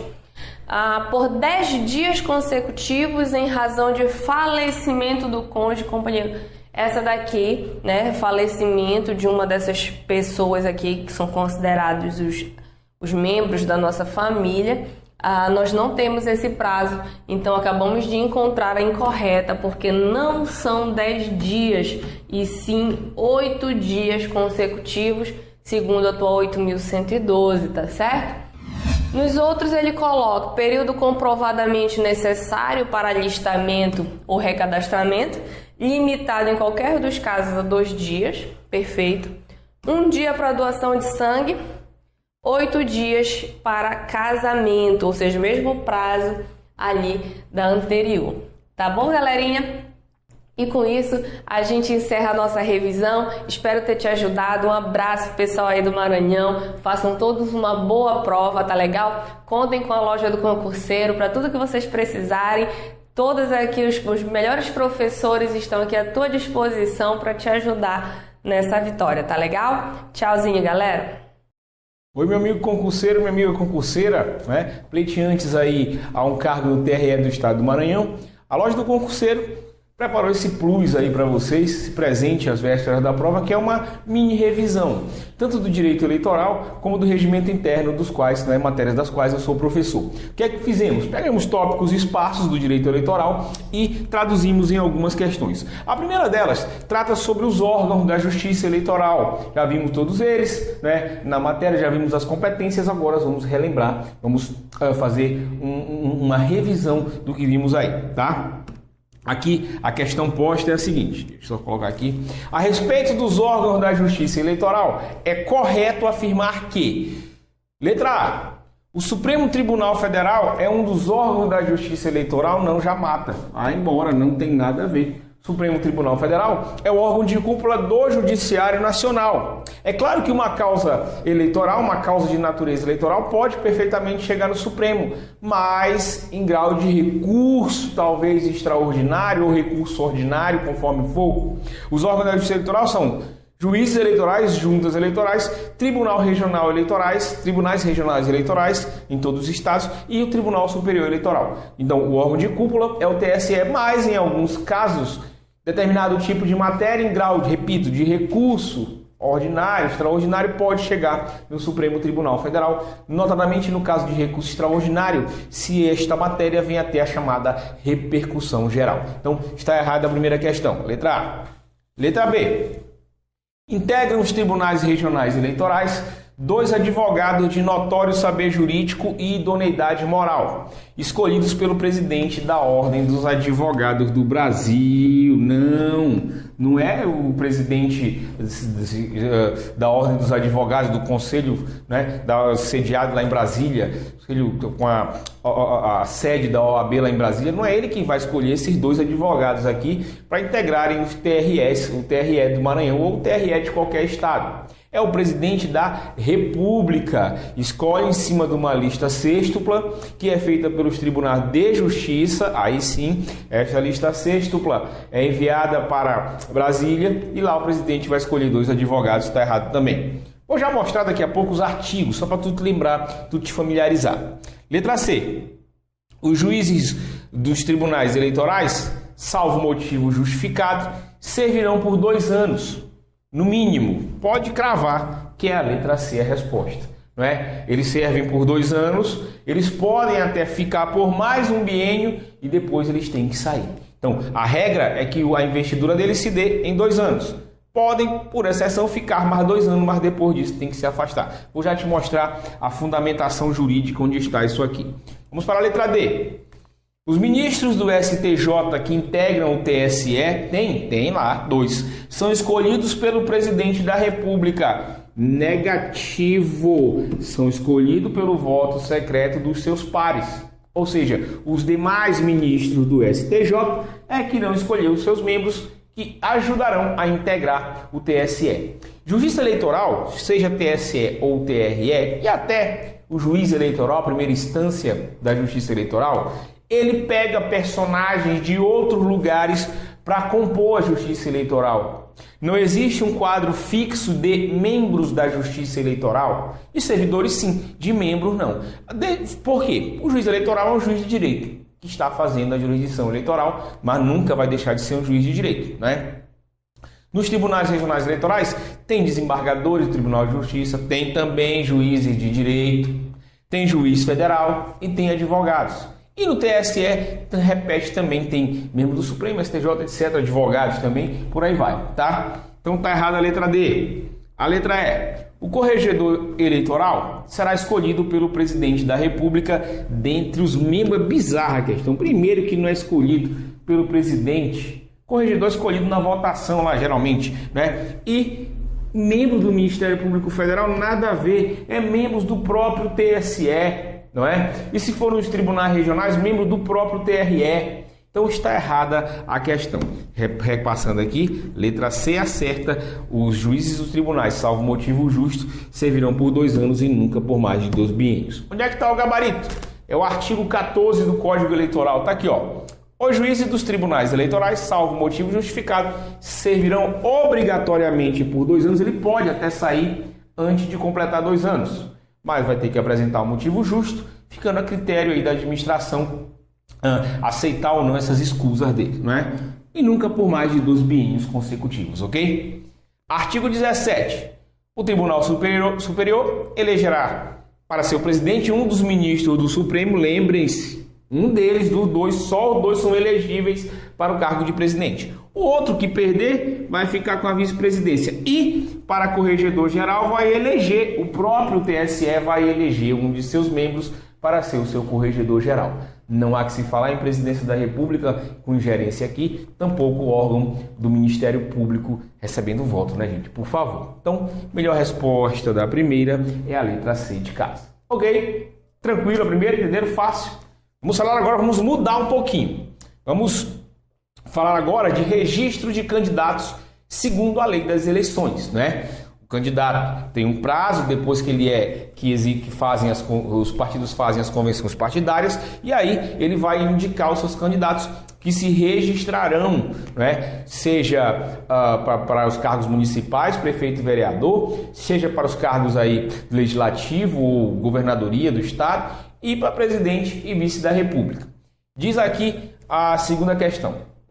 A respeito do registro de candidatos, é correto afirmar que: letra A idade mínima constitucionalmente estabelecida como condição de elegibilidade, né, é verificada tendo por referência a data da posse.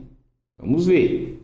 A idade mínima, vocês sabem que para cada cargo é exigida, né, uma idade mínima para a pessoa poder exercer aquele cargo. Diz aqui a questão que é na data da posse que se afere isso aí. Não sei, já vou voltar. Letra B. Os partidos políticos ou coligações não poderão substituir candidatos registrados que posteriormente ao registro forem considerados inelegíveis. Não sei, pelo que diz a questão aqui, se um candidato registrado por um partido lá na frente se torna inelegível, aquela vaga ali de aquele registro já era, o partido não pode substituir. Será? Não sei, daqui a pouco eu volto aqui. Letra C. Os partidos políticos não poderão solicitar à Justiça Eleitoral o cancelamento do registro de candidatos que dele tiverem sido expulsos. Será que não pode? Né? Por que um candidato vai ser expulso de um partido? Lembre-se, antes de ser candidato, ele tem que ser filiado ao partido. E para ser filiado a esse partido, ele tem que seguir normas estatutárias, normas previstas no estatuto daquele partido. Se ele comete um deslize, se ele comete uma falta que vai acarretar no descumprimento de uma norma estatutária, ele pode ser expulso do partido. Mas ele está registrado como candidato. Pode o partido requerer a exclusão? Não sei, daqui a pouco eu vou te falar. Preste atenção aí que tu vai já saber, tá? Suspense. Letra D. O requerimento de registro de candidatos é atribuição exclusiva dos partidos políticos e coligações, não podendo os candidatos fazê-lo diretamente em nenhuma hipótese, né? É uma questão, né? As palavras aqui, exclusivo em nenhuma hipótese, causam medo, né? Causam espécie aí nos concurseiros. Só nos concurseiros que não forem meus alunos, né? Os meus alunos vão acertar a questão, claro. Letra E. Os candidatos aos cargos majoritários, governador, presidente, senador, concorrerão com o número identificador do partido ao qual estiverem filiados, acrescido de 2 números à direita. Já vou fazer de trás para frente e dizer o que está certo e o que está errado. Essa letra E está errada. Quando tu vai votar para presidente e governador, tu coloca um número, não é? Tal, esse aqui, só ele, tu clica lá. Ou esse aqui, só ele. Ou esse aqui, só ele. Ou esse aqui, né? Para os cargos majoritários. Você vai lá e coloca os 2 dígitos. Não tem nenhum dígito a mais. O que tem dígito a mais é os cargos para eleições proporcionais, que não é o caso aqui, deputado federal, deputado estadual, etc. Então, está errado aqui a letra E. Daqui a pouco eu vou te dar a fundamentação legal para isso, ok? Letra D, está errada também. Por que está errado? Porque justamente o que eu te falei, ó. Esse registro, o requerimento de registro, não é atribuição exclusiva. É claro que partidos e coligações podem fazê-lo, mas se eles não os fizerem e após a divulgação da lista dos registros deferidos não aparece o nome do candidato, o candidato terá até 48 horas para ele mesmo, pessoa física, poder realizar junto ao TRE o pedido do registro de candidatura. Então já vou dar a fundamentação, morre pela palavra exclusiva e morre por nenhuma hipótese. Está errado aqui a letra D, ok? Vamos para a letra C. Os partidos políticos não poderão solicitar à Justiça Eleitoral o cancelamento do registro de candidatos que dele tiverem sido expulsos. Podem sim. Não poderão? Não. Podem. Se o candidato já foi expulso do partido, né? Ele era um filiado e foi expulso, e para concorrer ele tem que ser filiado necessariamente e obrigatoriamente a um partido com um prazo mínimo de 1 ano, é lógico que se o partido tirar, expulsá-lo, o partido vai requerer à Justiça Eleitoral o cancelamento deste registro, certamente. Então está errada a letra C, ele poderá, tá? Letra B. Os partidos políticos ou coligações não poderão substituir candidatos registrados que, posteriormente ao registro, forem considerados inelegíveis. Está aqui o erro. Poderão. Inelegível, morrer ou qualquer impedimento legal, né, morte, inelegibilidade ou qualquer outro impedimento legal, vão fazer com que este partido possa vir a substituir este candidato por outro, ok? Então só sobrou esse aqui. E essa é uma pegadinha, tá certo a letra A? Tá certo, senhores. Só que o detalhe é o seguinte, presta atenção. As condições de elegibilidade do candidato, a regra é que sejam aferidas na data da entrada do pedido de registro de candidatura. É a regra, vou já te mostrar o artigo. Mas fatos supervenientes, né? Alterações fáticas ou jurídicas supervenientes podem tornar um candidato que ao tempo da inscrição era inelegível se tornar em quê? Elegível. É o caso da idade. Imagine aí 30 anos para governador do estado, não é isso? Ele vai, na data do registro, que deu entrada do registro, tem 29. Só que ele faz, olha que maldade, ele faz aniversário dia 20 de dezembro do ano da eleição, vai completar 30 anos. Ele é eleito com 29 lá, né? E aí na data da posse, vai ser diplomado, inclusive. Na data da posse ele já vai ter 30 anos. É um fato natural. Se não morrer, vai completar 30 em 20 de dezembro. Na posse, 1º de janeiro, vai ter a data mínima, a idade mínima exigida para o cargo. Então, só para este caso de idade, né, existe uma regra geral, né? A condição de elegibilidade, repito, ela é aferida na data do pedido do registro de candidatura. Mas fatores supervenientes podem mudar. É o caso da idade. Ele vai aumentar um ano e aí vai ter a idade mínima exigida. E qual é a fundamentação legal para isso? Está aqui, ó. A fundamentação é essa. Vamos ver. Essa é o parágrafo 10º, é a resposta, tá?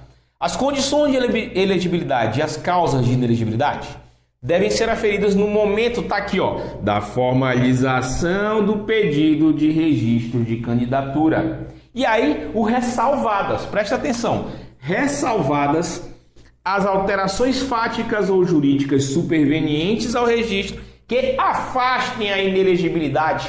É o caso aqui. Essa condição que vai afastar é justamente o implemento de mais um ano. Ele tinha 29, completou dia 20 de dezembro 30 anos e aí vai poder ser governador daquele estado se eleito for para isso democraticamente. Ok? Então, parágrafo 10º do artigo 11 é a resposta da questão. Vamos ver as outras aqui. Nas hipóteses do partido ou coligação sobre o registro, não requerer o registro, os candidatos, estes poderão fazê-lo, observado o prazo, vamos lá, máximo de 48 horas seguintes à publicação da lista dos candidatos pela Justiça Eleitoral, ok? Então, se saiu a publicação, o nome daquele candidato não está lá, ele vai lá, ele próprio requer esta inscrição, esse registro de candidatura, ok? E mais? Artigo 13.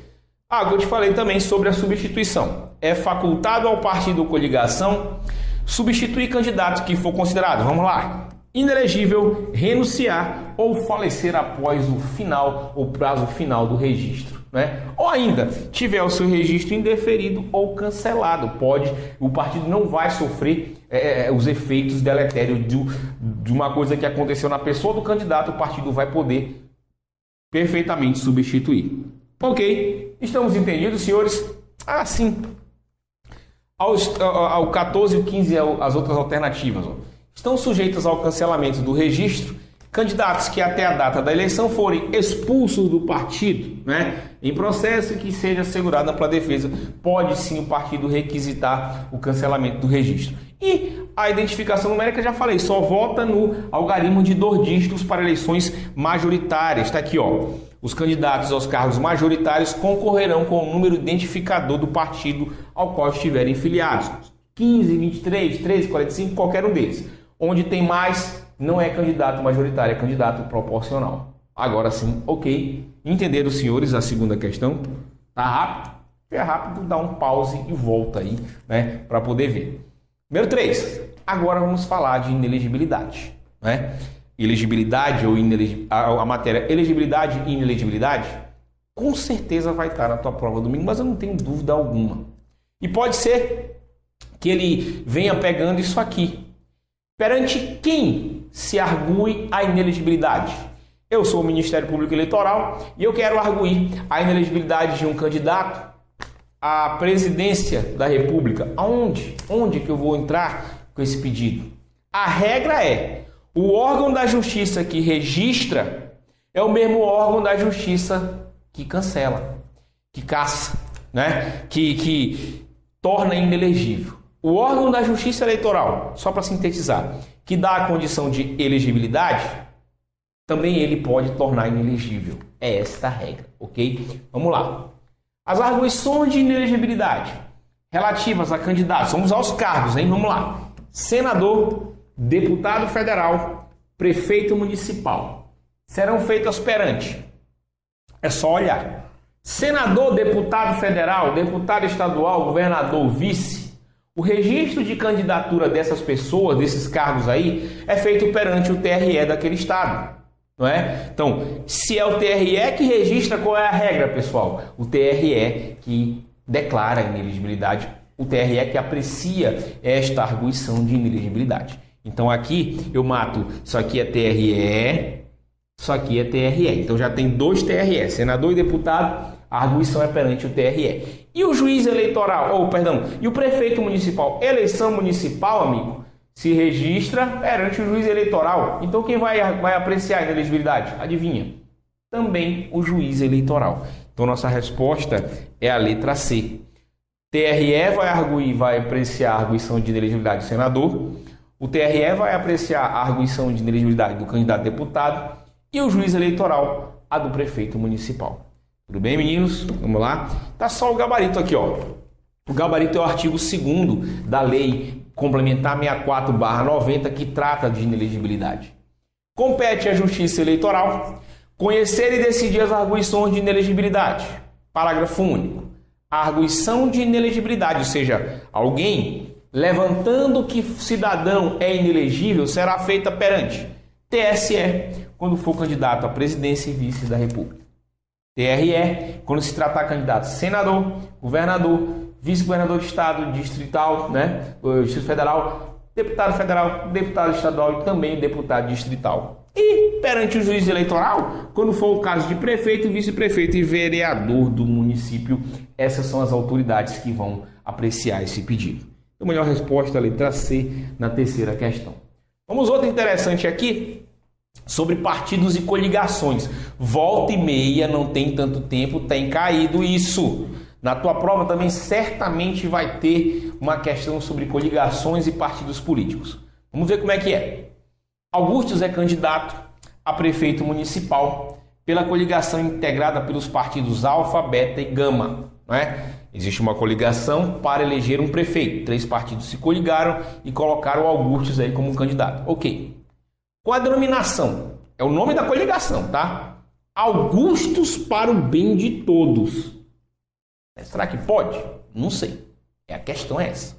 Os partidos Alfa e Beta celebraram coligação para vereador, ou seja, no âmbito da mesma eleição, só Alfa e Beta vão lançar candidatos para vereador, os dois coligados. Com a denominação, vote só nos candidatos dos partidos Alfa e Beta. É o nome da coligação de Alfa e Beta para a eleição proporcional de vereador, ok? Sendo que o partido Gama preferiu lançar candidatos próprios para a eleição proporcional nesse caso, ok? Então o Gama aqui, que é aliado nessa coligação aqui, Augustus para o bem de todos, saiu fora, né? Saiu fora, é um pleonasmo, sei lá. Saiu, não vai concorrer com os partidos Alfa e Beta quando se tratar de eleições proporcionais. Pode acontecer, gente, do jeito que está aqui pode. Pode 3 partidos se coligar para lançar candidato na eleição majoritária e apenas 2 deles podem lançar candidatos para as eleições proporcionais. E o terceiro pode lançar candidato próprio. Pode. O único problema aqui é justamente o que eu grifei. O quê? Os nomes dessas coligações. As coligações não podem pedir votos para candidatos. As coligações não podem ter esses nomes dos candidatos integrando o seu nome, né? A sua denominação. É por isso que você vê, geralmente coligação é a Frente Unidos para Todos, a Frente Unidos Venceremos, a Frente o Poder Supremo, o Poder Pleno, sei lá. Não pode ter esses nomes que tem aqui, então nossa resposta é letra A. As duas coligações podem ser formadas do jeito que elas estão, mas não poderão ter as denominações que lhe foram dadas. E por quê? Por causa justamente desse artigo aqui que eu vou te mostrar. Ó.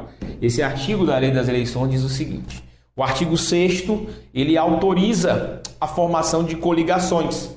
Entretanto, o parágrafo 1º-A impede o que eles queriam fazer.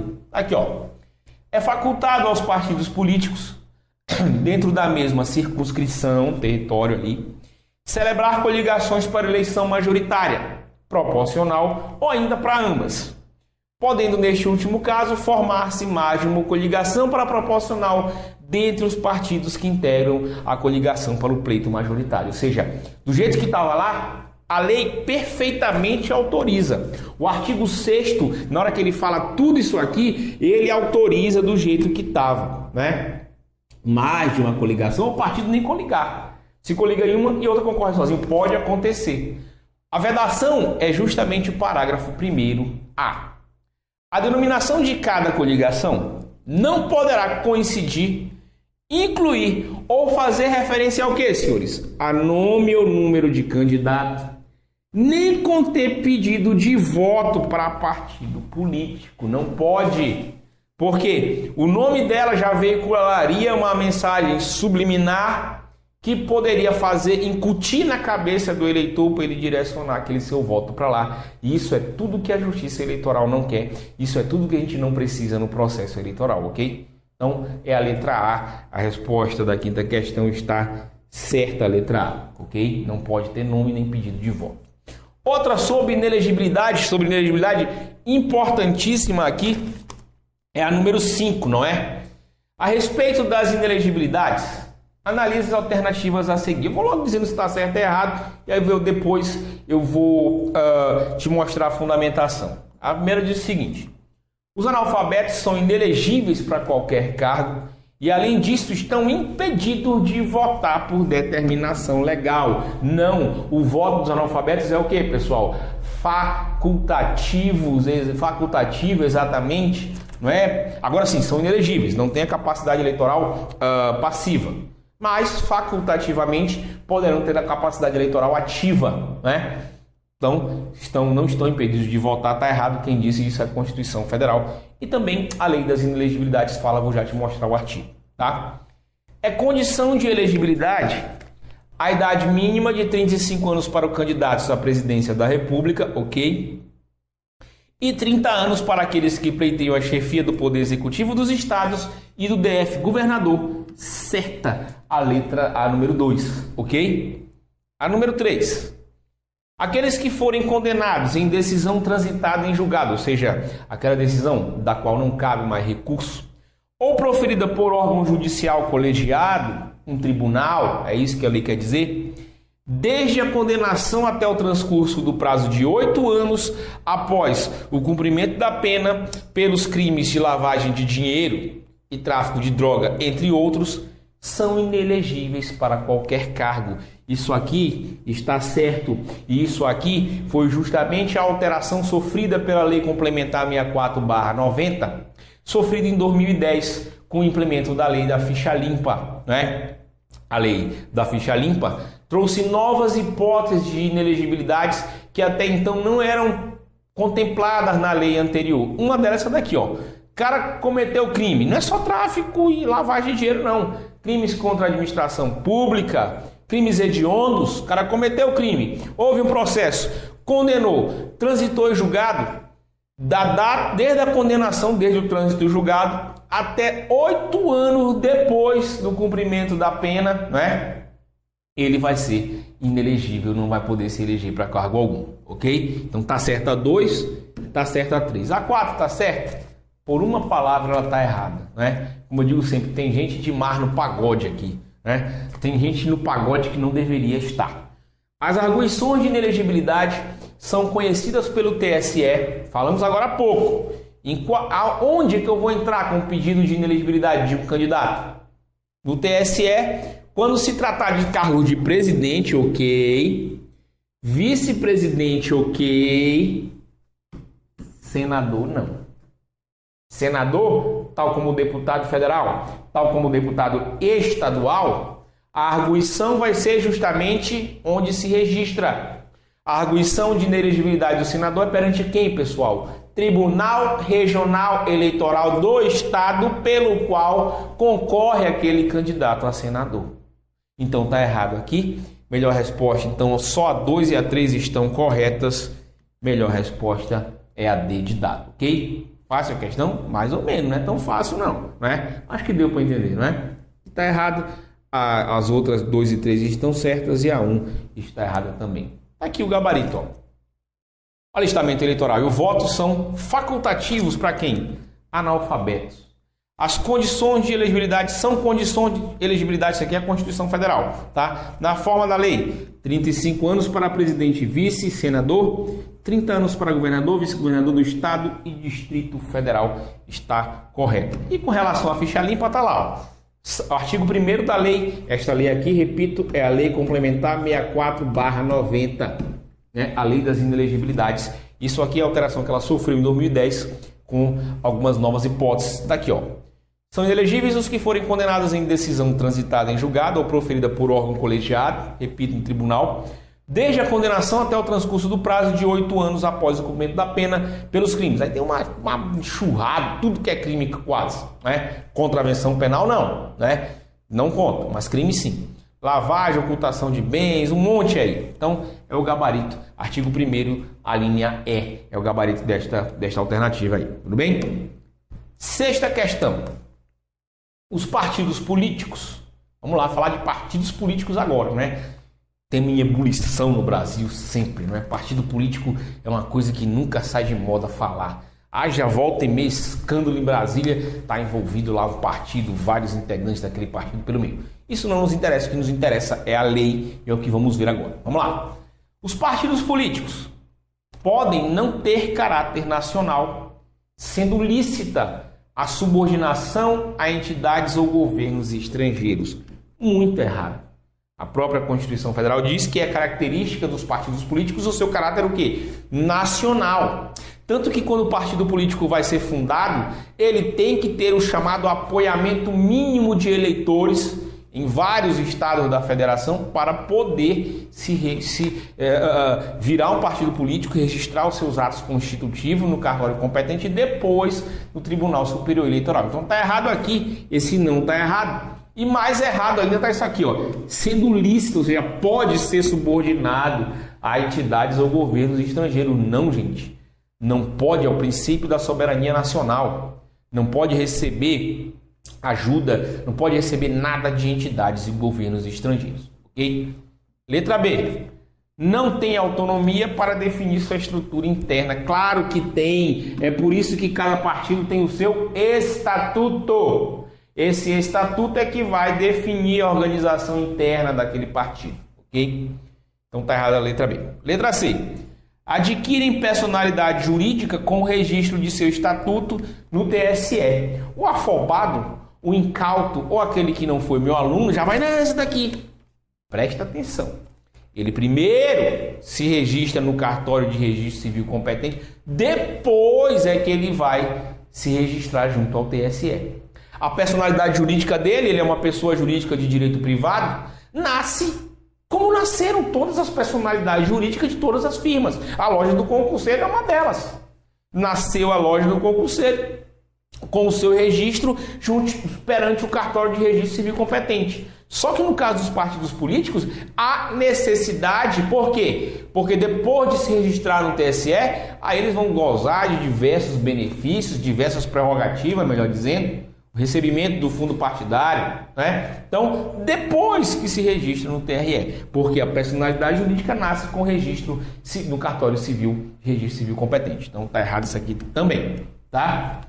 Letra D.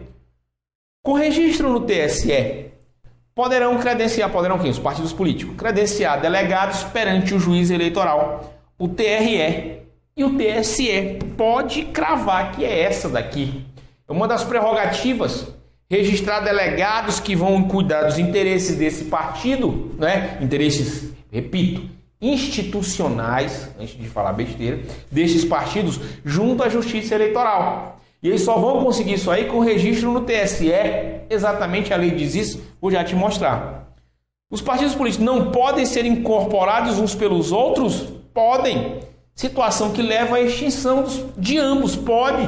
Né? No passado existiam partidos que não existem mais. Lembra do PDS, né? O PFL, Partido da Frente Liberal?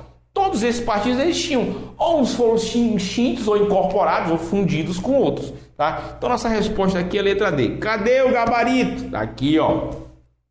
Lei dos partidos políticos. Artigo 2º. É livre a incorporação, fusão, né? Criação, fusão, incorporação e extinção de partidos políticos cujos programas respeitem, olha lá, soberania nacional, regime democrático, pluripartidarismo, sou contra, devia ser bi, mas enfim, e os direitos fundamentais da pessoa humana. Então pode sim, já matou uma lá. Artigo 3º. É assegurado ao partido político autonomia para definir sua estrutura interna, organização e funcionamento. Ele tem essa autonomia, claro que essa autonomia esbarra no que a lei diz. Ele não, apesar de ter autonomia, ele não vai falar contra o que a lei diz. Então, isso tudo ele faz através do seu estatuto para regular seus assuntos internos. Artigo 7º. O partido político, olha o que eu te falei, após adquirir a personalidade jurídica na forma da lei civil, com o registro dos seus atos no cartório civil competente, aí sim, depois disso, pega o seu estatuto, aí se registra no TSE, e aí vai poder gozar dessas prerrogativas que tem o partido político. E a resposta da questão correta aqui, ó. O partido com registro no TSE pode credenciar respectivamente delegados perante o juiz eleitoral, delegados perante o TRE e, finalmente, delegados perante o TSE. É a nossa resposta, artigo 11 da Lei dos Partidos Políticos, ok? E já está acabando a revisão, pessoal. Que peninha, não é? A 7ª questão é a última na nossa revisão de direito eleitoral. Daqui a pouco a revisão sobre regimento interno. Vamos lá. Olha aí, coisa que pode cair, coisa nova. Urna eletrônica. Com base no sistema eletrônico de votação e totalização de votos, assinale a alternativa correta. Letra A. No caso da votação para eleição proporcional, serão computados para a legenda partidária os votos em que não seja possível a identificação do candidato, desde que o número identificador do partido seja digitado da forma correta. Será? Né? Letra B. As urnas eletrônicas não poderão dispor de recursos que permitam o registro digital de cada voto e a identificação da urna em que foi registrado, sob pena de violar o anonimato do eleitor e gerar impugnação da fase de votação no processo eleitoral. Fala sobre o sigilo. Será que está certo? Já eu volto. Letra C. A votação eletrônica será feita somente no número do candidato, sendo vedado o uso da expressão designadora do cargo disputado no masculino ou feminino para assegurar o tratamento igualitário entre homens e mulheres. Né? Deputado federal, deputada federal, presidente da república, presidenta da república, é o que diz aqui mais ou menos isso aqui. Né? Letra D. É vedada a utilização de urnas para treinamento de eleitores sob pena de violar o princípio da moralidade administrativa. Será? Deixa os pobres eleitores sem condição de treinar? Não sei. Letra A. A utilização de urnas eletrônicas poderá ser ser substituídas pelas cédulas oficiais, a depender do perfil do eleitorado, que deverá ser avaliado pelo TRE. Pelo que diz aqui, não. Esse pessoal dessa cidade é meio burro, né? Não sabe votar na urna eletrônica. Então dá as cédulas antigas para ele. Claro que não, né, gente? Está errado, não tem nada disso aqui. E ainda que tivesse, existe sim a possibilidade de votação como era antigamente, nas urnas e cédulas, mas quando falhar a urna eletrônica. E quem vai decidir isso? É a lei, é o TSE que faz a regulamentação para isso, é a lei que vai dizer e não o TRE, o TSE que regula, na verdade, o Tribunal Superior é quem vai autorizar isso aí. Letra D. É vedada a utilização da urna? Não, pode levar para treinamento. Você lembra? Aparece lá até na televisão o pessoal colocando lá, aí vota no número aí, parece Monteiro Lobato, né? Zé Gattai, só o pessoal de Santos Dumont. Aí eu quero o cara treinar. Pode ser sim, deve acontecer até. O erro desse daqui é que não tem nada a ver, não existe isso aqui. Né? Vedado, será feito somente no número do candidato. Não, pode ser feito no número do partido também. Inclusive a resposta da questão, tem gente que vota na legenda. É a letra A resposta. Eu não vou votar num partido qualquer, num candidato qualquer, mas eu tenho uma ideologia que combina com aquele partido. Eu vou votar porque eu sei que eu votando no candidato ou partido vai contar nos votos válidos do partido e ele pode ter mais cadeiras naquela casa legislativa perfeitamente. Então a resposta é a letra A. No caso de votação para a eleição proporcional, serão computados para a legenda partidária votos que não seja possível identificação do candidato, desde que o número identificador esteja de forma correta. O erro daqui, é não poderão. Ela poderá sim, a urna eletrônica, ela permitirá o registro digital de cada voto, ele fica registrado lá. E a identificação da urna, o que não pode é a identificação do eleitor em quem ele votou. Aí quebraria o sigilo, né, protegido pela Constituição, o sigilo do voto. Então, poderá sim. Qual é a fundamentação de tudo isso? Está aqui, resposta, letra A. A fundamentação é essa. Artigo 59. Na votação para eleições proporcionais, é o parágrafo 2º quem diz, serão computados para a legenda partidária votos em que não seja possível a identificação do candidato, desde que o número identificador seja digitado de forma correta. Eu quero votar no 15, eu quero votar no 45, no 23, no 13. Posso votar. Não quero votar no candidato, quero votar no partido. Pode acontecer, autoriza-se aqui a lei das eleições, tá? Parágrafo 4º. A urna eletrônica disporá de recursos que, mediante assinatura digital, permitam o registro digital de cada voto, ok? E a identificação da urna em que for registrado. Aí ele faz resguardado justamente o anonimato do eleitor. Não há possibilidade de ligar o voto do eleitor a determinado candidato ou partido, tá? Então isso tem que ser assegurado, este sigilo. E a última aqui, o TSE colocará à disposição dos eleitores urnas para treinamento. É a resposta lá. Tudo bem, senhores, essa foi a nossa revisão de direito eleitoral para a prova. Uma boa prova para você no domingo aí junto ao TRE do Maranhão, que seja aprovado, né? E aprovado ou não, que continue, tomara que seja aprovado, que continue aqui desfrutando das aulas da loja do concurseiro. Um abraço, boa sorte. E aí, tá curtindo? Encerramos o nosso primeiro bloco agora da nossa mega revisão de véspera. Não sai daí que já já a gente começa o segundo bloco, ok?